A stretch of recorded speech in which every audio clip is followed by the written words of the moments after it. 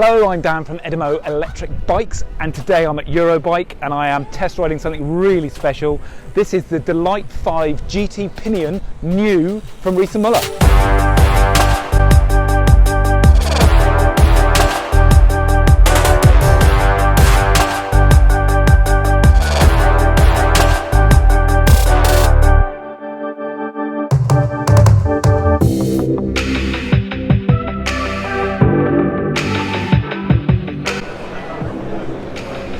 Hello, I'm Dan from Edimo Electric Bikes, and that bike that we've just seen there is the new Delite5 from Riese and Muller. It's actually called the Delite5 GT Pinion. Now the special thing about that is the pinion part of it.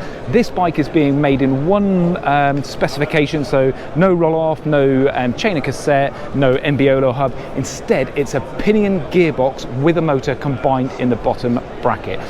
Epic bike. I've ridden it. It's a really lovely, smooth ride. We're really looking forward to these turning up. I'm just going to do a really quick overview of the bike to run through some of the features that we've got available and hopefully answer some of the questions that you've all raised and sort of pointed in my direction. So let's start on the critical part right in the middle. So we can see here that this bike down here, this is fitted with something that's called a Pinion motor gearbox. So it's called an MGU, a motor gearbox unit. It's a 12-speed gearbox that's in there. That has a range of 600%. So if you think about the roll-off gearboxes that we're used to in the rear wheels over here, they've got 540% assistance. This one that's combined into the motor, this has a 600%. That's quite an impressive thing, because I really was under the impression that with these bikes, when you combine the motor and gearbox together, the big downside was that we only had a short range of gears. So this one, 12 speed, 600% range of gears, and then that's combined with the motor in here. It's a nominal 250 watts. I think the maximum power on this, or peak power output on it, is something like 800 watts, and it puts out 85 newton meters of torque. So a really powerful motor, massive range of gears here. That's going to give us huge hill climbing potential. This pinion gearbox, we saw it last year on the Stromers and the Flyer bikes, and it was probably the highlight of the show. I didn't think Riese and Muller would ever do something like this. I thought they were pretty much Bosch all the way. But what they've done is, with this frame, they've designed down the bottom here, this allows us to put multiple different motor types in it. So this Delite5, they've decided to go for just the one option, which is the Pinion gearbox version. But on the Homage and the Super Delite that's out there, sorry, not the Super Delite, but on the Homage, they've decided to go for a Bosch version as well. And I guess in the future we might even see more motors and gearboxes built into this frame of the Homage, of the Delite5. Other things to look at on this bike, the frame. Okay, so this is an epic colour. This colour is called Amber, which is a metallic-y, sort of a goldy, pearlescent colour.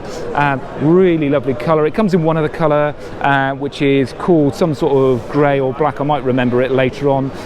Slate grey, something like that, I can't remember. Stone grey, that would be the one, what it's called. The way that the frame's been made, you'll look at the front here. So this is sort of gravity cast, I think they call it, this really smooth part here. And then actually it's welded to these aluminium extrusions that we've got down here. The welds are then ground down, so this looks like it's one smooth piece of frame. It makes it look really, really lovely. The aluminium that they're using comes from a factory, the frames are built in a factory in Portugal, and it uses an aluminium that is made of a 34% recycled material. So environmentally friendly, really, really good. Low road miles as well, because it hasn't got to come from the other side of the world. It just comes from Portugal straight into the factory in Germany. Let's have a look at some of the other features on this bike. Now as standard, so this Delite5 GT Pinion, as standard, is going to be coming with these Fox suspension forks. They're 120mm travel on the front. I think the rear is around about 45mm travel. That's obviously on the piston that's here. The rear wheel, once we've got the swing arm moving up and down, that's obviously far more travel to bring it back in again. Other thing, down here, we're looking at TRP brakes on this bike. So TRP brakes, these have got these huge hydraulic discs on them. So these are 203mm, these discs. And I don't know if you can see here, but they're really deep, really thick discs. The nice thing about that is some of the cheaper discs out there, they're narrower. That means when they get hot, they warp, and you get that ching, ching, ching noise as it goes past the brake disc, sorry, the brake pads. So these TRP discs, 203, the size that they used to put actually onto the Delite mountain, huge stopping power on that, so really nice upgrade on that. As we move up the bike, then we're looking at these aluminium mud guards. These are new, so we used to have, I think it was a plastic aluminium composite type mud guard that sometimes you could crack if you broke it, put it in your car and you weren't paying attention. These are far more robust, so we're looking forward to having those as well. Moving up onto the handlebars up here, so we've got a pinion system, so let me try and find the power button. All this is a little bit new to me. Here we go, we're starting it up. On the left hand side, there's two options of this we can go for. There's this one, and then there's one with a little screen on the side of here, and then I think we can have something that's called like a multi-adapter that fits in the middle, so you can hold your phone if you want to. Loads of information on here, we can scroll through lots of different things. One of the things we've got on here as well is a sat nav. The sat nav does use a GPS on your phone, so you'll need to charge your phone, but I think that's what this connector is down here. There's a USB connector, so you can charge your phone. You'll notice on the screen as well, you can see all the different useful things. Range 148 kilometers. That's an 800 watt-hour battery that's in this bike, so I would normally say that's probably good for maybe about 80 miles. So it's interesting to see it saying 148, so be good to test that and see how efficient this motor and gearbox is. Maybe we're going to get more than that. Next thing here, your gear. So here we've got 12 gears, obviously from the Pinion gearbox, but there's a really nice feature that's being added. If we press and hold the shift buttons on the side over here, we can change this into auto mode, hoping this one is set up. There we go, auto. And now it's going to change, we're going to ride depending on the cadence we want. So the speed at which we pedal. I don't know if you can see that. We're changing it 95 all the way down. There we go, 65. That's the cadence, that's the speed that we can pedal. And it's going to do automatic gear changing for us. Really fancy system. And the nice thing about it is, personally, sometimes I find the automatic can be a little bit frustrating, things like the Enviolo automatic, because it's always there. I want to do manual gear shift. All you need to do is press and hold the button again, and it switches off the automatic, and we're back to manual gears. So there we go, gear 4.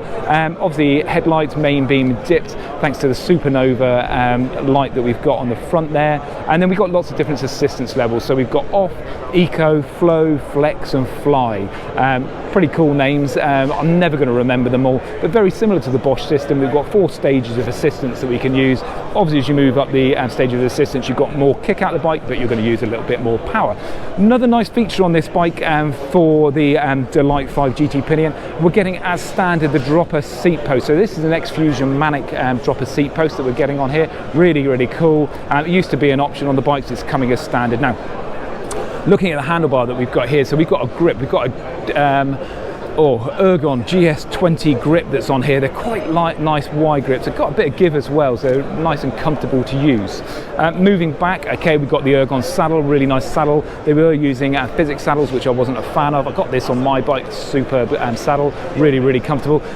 They've done away, I don't know if you're aware, but they used to have a little holder on the back here for a chain. It had a fidlock cover that's on it, but now we've actually gone for this, which is made with Valde for Riese and Muller. It's basically holds the extension chain that goes in the back, roll top on it. Really nice solution for it. Just looks a little bit more professional, and hopefully your chain's going to stay in there a bit easier because we've got that nice strap on it. Moving on down the frame, what else have we got on here? Oh, I think maybe if I go around the other side a minute, I'm just going to show you something. Oh, sorry. Coming back, so one of the things that they've done is they've completely redesigned this rear swing arm that we've got here. So there's a few different features to have a look at. One of the first ones is this lock that we've got here. So this is the Abbas Shield lock, but what they've done is they've managed to integrate it into the frame. So they sunk it right in. So it used to be that it sat out here on its own. It's now tucked into the frame. It just looks a little bit nicer. Another really fancy feature on this one is this. It's a little lever, and for those of you who have never owned one of these bikes, you won't know about this, but there's a spring here that holds a pre-tensioner. And quite often we've had calls from people that have said, I've had a puncture, I've dropped the rear wheel out and I've taken the spring off, how do I get it back on? Getting that spring back on was an absolute nightmare. So I'm really pleased that what they've done is they put a little lever here that lets off that spring. We can clip it back on nice and easily. So that's a super bit of engineering they've put in there that probably nobody will know about unless they've owned one of these before. They've also upgraded, I think, the bearings as well on this pivot point that they've gone here. I don't know the details of it. I'm not an engineer, so I'm not going to pretend I do. But yes, there's some upgrading that they've been doing there as well. Looking at the rear swing arm, actually the chainstays are slightly shorter, so it's making the ride a little bit more agile.